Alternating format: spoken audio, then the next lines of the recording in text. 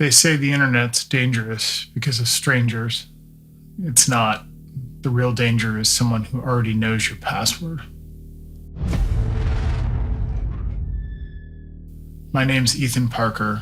I'm 31 now, but this started when I was 14. I'm not telling it for sympathy. I'm telling it so you'll recognize the sound when your own safe place starts to hum. After my mom died, the house sounded like a waiting room. Refrigerator hum, clock tick, dad moving carefully so nothing fell apart. He did his best. Therapy on Tuesdays, medication reviews on Fridays, laminated schedules taped to the fridge. He was a good man, just tired in the way fluorescent lights are tired. ADHD, autism, sensory overload, every sound came with teeth. But inside a screen, the edges softened. The game was Hollow Skies, a floating island builder with physics that obeyed kindness more than gravity. My avatar, Kai 47, had friends, Nova, Jex, Timber. We built cities suspended over storms. We joked in chat, voices low and safe. There were rules, no griefing, no noise, no surprise. That's all people like me ever ask for, rules that stay put. Dad met Melissa at a cybersecurity conference.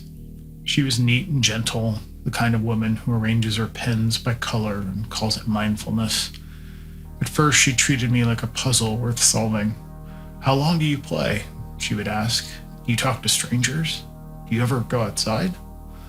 I answered politely because politeness is armor.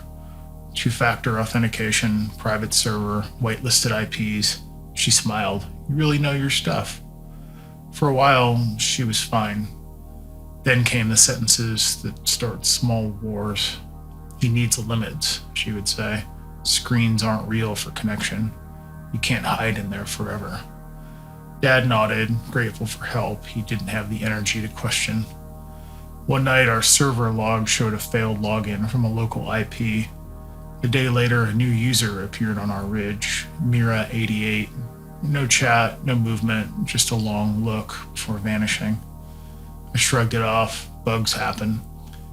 Until I noticed my build was different. The bed rotated, a storage chest mirrored to the wrong wall, tiny surgical edits. Someone had been inside. I tightened permissions, refreshed salts, rebuilt from backup. Still, the next evening, the same pattern returned. New changes, same silence. That's when I started keeping notes like an auditor, timestamps, coordinates, evidence that the world was bending. Melissa began hovering near my door. Once, late, I caught the glow of her laptop through the hallway mirror. When she saw me, she smiled. "Can't sleep? You should cut screen time after 9.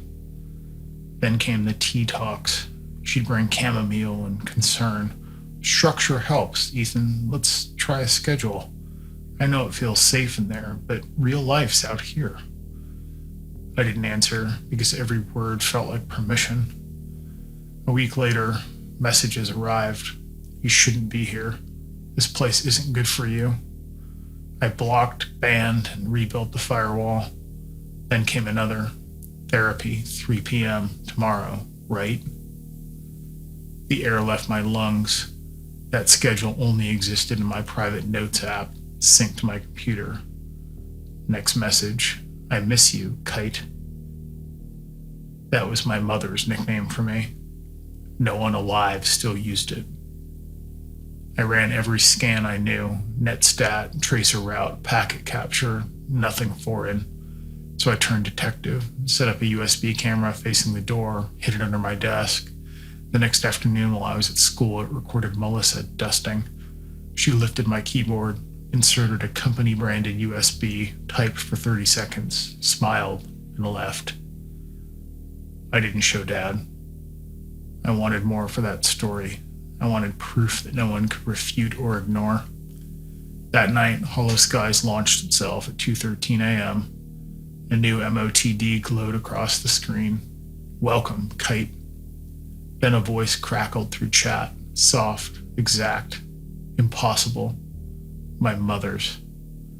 "It's okay, baby. You can come out now," it said. I ripped off the headset, bile rising. The microphone light stayed on even after the tower shut down. Down the hall, a keyboard clattered, then stopped. I was livid. At breakfast, Melissa asked lightly, "Rough night?" I said someone cloned Mom's voice. Dad's eyes filled with tired pity. "Buddy, that's grief echoing." "Maybe a break from the game?" he asked. Melissa touched his wrist.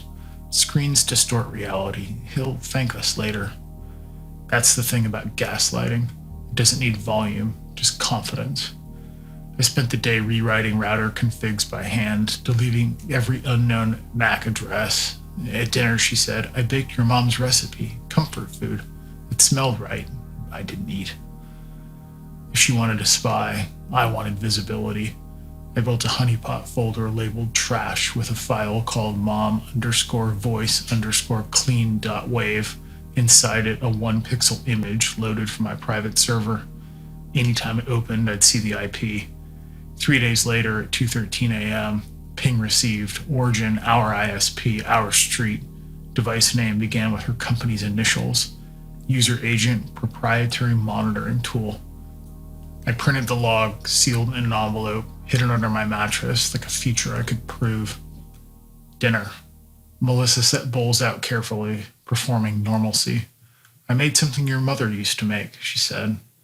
I lifted her laptop bag on the counter. It had the same logo. "Stop using my computer," I said. She blinked, calm as always. "Screens are hurting you." "You cloned her voice," I said. Dad's spoon froze midair. "What?" Melissa sighed, the sound of someone disappointed by a project's progress.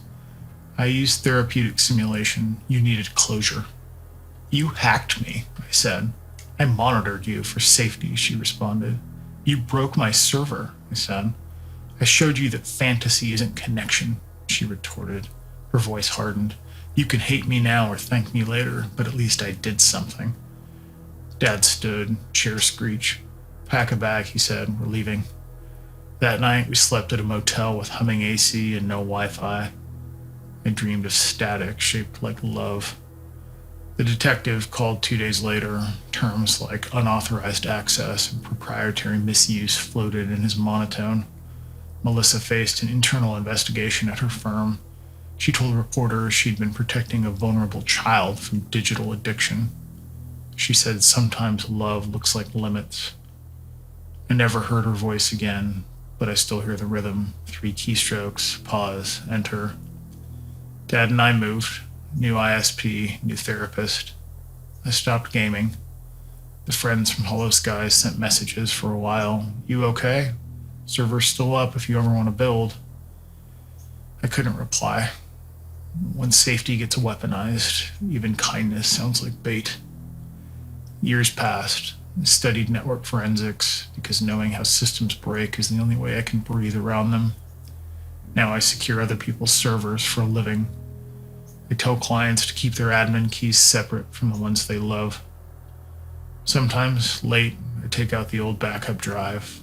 It still works, fans humming like a confession. I'll hover over the Hollow Skies folder, cursor trembling, and close it again.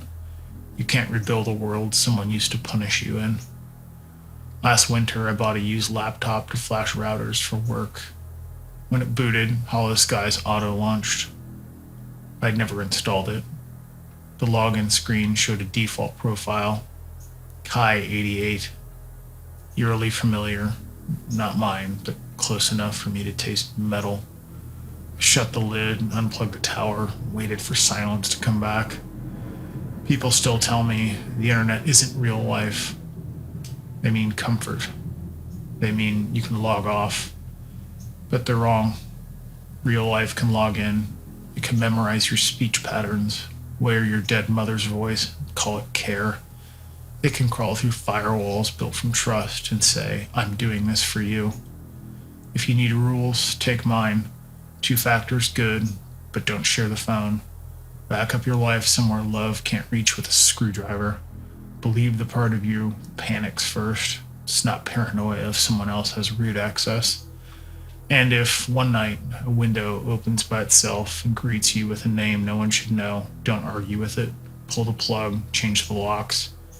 Keep the part of yourself that knows what safe feels like, even if you never log in again. I don't game anymore, but some nights the city hum outside my apartment syncs with old server noise. Streetlights flicker like auras used above my islands. And in that pulse, I hear the voice I used to use online, calm, certain, lighter than air, say the rule we lived by. Consent is a part of building. That was the rule. That's still the rule. And if staying offline is what it takes to enforce it, fine. The world keeps trying to log in, but I keep the admin key. Not everyone experiences the world at the same volume. For some, safety comes from structure, quiet, and knowing what to expect. Those places don't have to make sense to anyone else. When those spaces are respected, people can breathe and be fully themselves. And when they aren't, the loss is deeper than it may look. We're better when we allow each other that room. Take care of each other, and thank you for being here.